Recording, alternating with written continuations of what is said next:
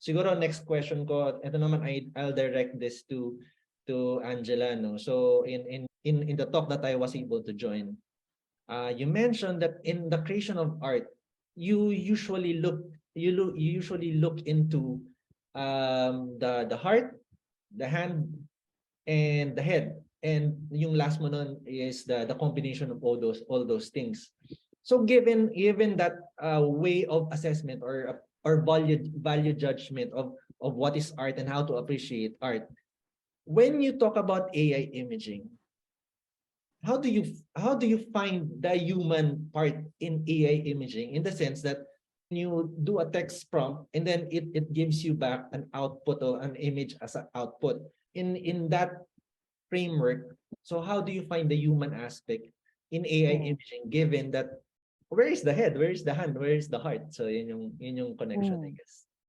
What I've only seen, very cursory, and my initial biases was not for me, because from what I've seen that's been generated, and again, as Joseph said, it's very preliminary. It's only the start.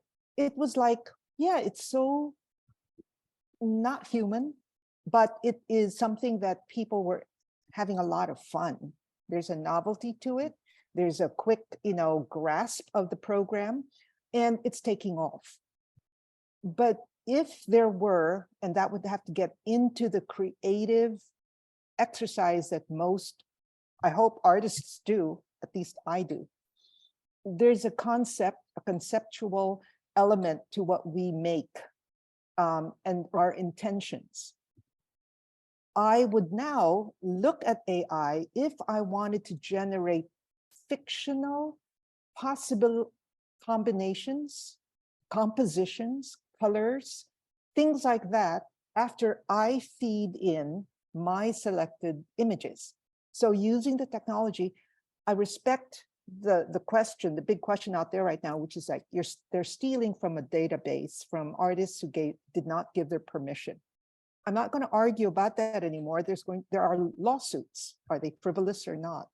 But when it comes to my work and me judging others, I still think it's very artificial. I cannot see a hand or a heart because they're just generated images and they're all starting to look the same.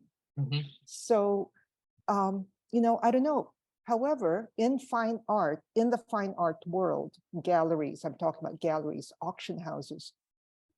In 2018, $500,000 from Christie's auction for an AI-generated piece by a group of French artists. So it's happening. It's no longer just NFTs, but it's now AI-generated art. My question back to this panel and to everybody else is, if you want to be the artist or the author of the work, are you going to put your name? Are you going to be honest and transparent about the tools you used to generate it or not?